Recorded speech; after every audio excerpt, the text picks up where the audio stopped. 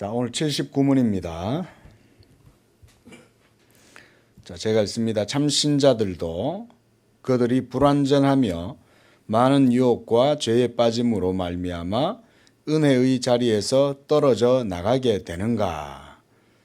자, 우리가 신앙생활 하다 보면 이런 질문하는 분들이 있습니다. 예수님을 믿어서 구원받는다고 그랬는데 신앙생활 하다가 이 믿음을 잃어버리고 그래서 또 육체를 쫓아서 행하고 성령을 거스르고 이러면서 때로는 죄를 짓고 그 믿음을 떠난 것 같잖아요. 그러면 그들은 그 은혜의 자리에서 떨어져 나가게 되나? 그래서 그들에게 주어진 구원이 박탈되나? 이런 것에 대한 질문들을 많이 하십니다. 그런데 중요한 문제죠, 그렇죠? 그렇잖아요. 우리가 믿음 생활 하다 보면은 이 믿음에서 내가 벗어날 수가 있잖아요. 예? 우리가 완전한 인간이 아니기 때문에 언제든지 죄를 범할 수 있고 경건한 사람들조차도 육체의 소욕을 따라서 성령을 거스르고 살아갈 때가 있거든요. 그러면 그때마다 내 구원에 대해서 우리는 의심을 해야 되는 거예요. 그렇죠? 그러면 내 구원이 무효가 되거나 내가 구원에서 탈락이 될 수 있느냐, 이제 그 얘기를 지금 하는 겁니다. 그래서 답은 그렇게 말하죠. 하나님의 변하지 않는 사랑에 대해서 얘기하는 거예요. 그리고 신자들을 끝까지 붙드시는 은혜, 그 옆에 이제 견인이라고 해놨죠. 그 견이라는 말은 하나님께서 끝까지 붙드시고 인도해 주신다는 말이에요. 그 은혜가. 그리고 또 예정, 이 하나님의 예정과 언약 때문에 그리스도와 분리될 수 없는 연합을 그들이 이루고 있기 때문에 그들이 비록 범죄하고 때로는 치우치고 좌로나 우로나 넘어지고 흔들려도 그들에게 주어진 구원은 끊어지지 않는다는 거예요. 그래서 이건 뭐냐면 한번 택하신 백성은 하나님은 끝까지 붙들어 주신다는 거예요. 이게 바로 예정과 견인의 교리예요.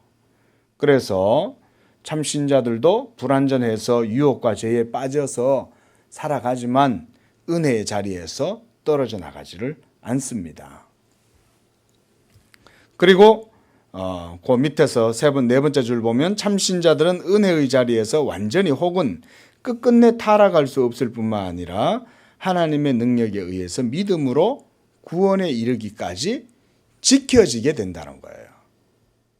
여러분들이 예수님을 믿고 구원받았다고 할 때 여러분들의 믿음은 하나님의 은혜의 택하심을 따라서 난 거고, 그래서 그 믿음도 여러분들의 힘에 의해서 유지되는 게 아니에요. 하나님이 여러분들의 믿음을 끝까지 지켜주시는 거예요. 붙들어 주시는 거예요. 말씀 가운데에서. 그래서 여러분들이 예수 믿는 그 믿음을 떠나지 않게 해주시는 거예요. 자, 우리가 초대교회뿐만 아니라 우리나라에서도 순교사가 있잖아요. 그 순교의 역사에서 많은 사람들이 공산군들과 일제치하에서 순교를 당했는데 그들이 죽을 때 그들의 믿음이 엄청 좋아서 그랬을 것 같습니까? 아닙니다. 믿음이요, 작아도요, 그런 위기가 닥쳤을 때 성령이 그들의 믿음을 붙들어 주는 거예요. 자, 십자가의 오른편 한쪽에 달려있던 강도가 마지막에 십자가에서 못 박히신 예수님을 믿고 구원을 받은 거죠. 주여 당신의 나라에 이를 때 나를 기억하소서, 이 말 한마디 때문에 그가 예수를 믿고 구원받은 거예요. 그럼 그 사람 믿음 좋은 거예요? 그 사람의 믿음이 좋은 게 아니에요. 이때까지 죄 짓다가 이를 버덕버덕 깔면서 막 사형대에 달려가지고 죽은 거 아니에요. 그런데 바로 죽기 직전에 예수를 믿고 구원받았는 그 사람한테 무슨 믿음이 있겠어요?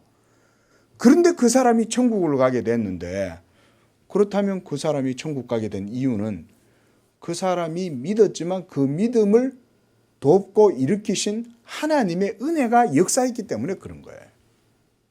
이게 하나님의 유효한 부르심과 함께 하나님께서 끝까지 붙드시는 은혜로 함께 하신다. 자, 80번. 참신자들이 은혜 아래 있다는 사실과 끝까지 붙드심을 받아 구원을 이룬다는 사실은 틀림없이 확신할 수 있는 것인가? 자, 우리 한번 읽어주시죠. 예, 이제 분명히 확신할 수 있다고 얘기하죠. 그렇죠? 확신할 수 있다. 그 어떻게 확신을 하느냐? 이제 두 번째 줄 보면 하나님의 신실한 약속에 근거한 믿음, 그리고 성령께서 약속을 주신 그 은혜를 분별할 수 있게 하신다. 이 성령이 믿는 자 속에서 내적인 확신을 주시는 거예요. 이것을 우리가 성령의 증거다, 성령의 내적 확신이다, 우리가 이렇게 말합니다. 그래서 성령으로 더불어 그들이 하나님의 자녀임을 증거하시는 성령으로 말미암아 자신들이 은혜의 상태에 있고 구원에 이르기까지 지켜질 것을 분명히 확신할 수 있다는 거예요.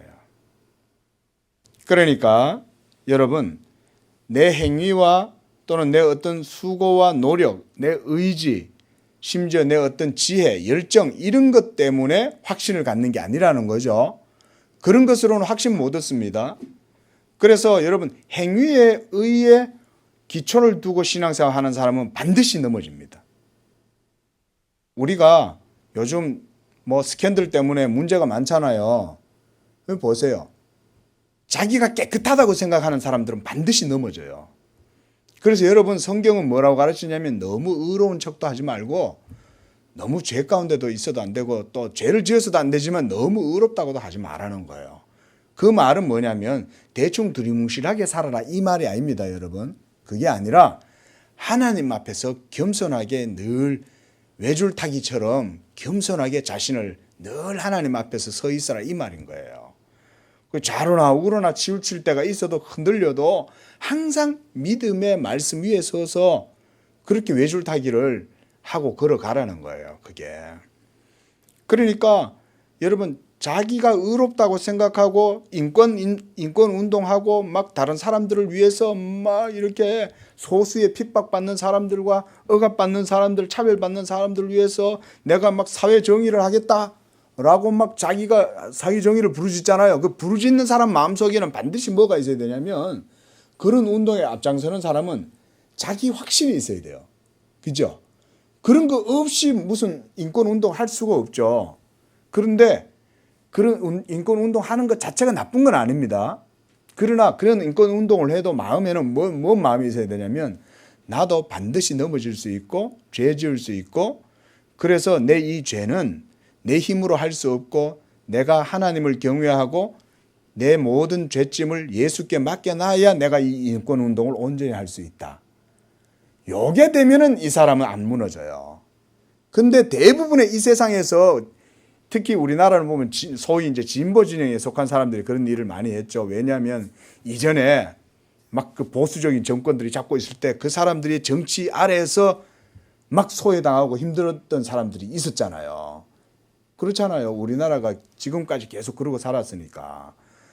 그런데 아래에서 막 잡초처럼 자라던 사람들이 이제 정권을 잡으니까 자신들이 이제는 막 마음대로 할 수 있다는 착각 속에 빠지니까 더 쉽게 넘어지는 거예요. 그 사람들이 유리그릇처럼 깨지는 거예요.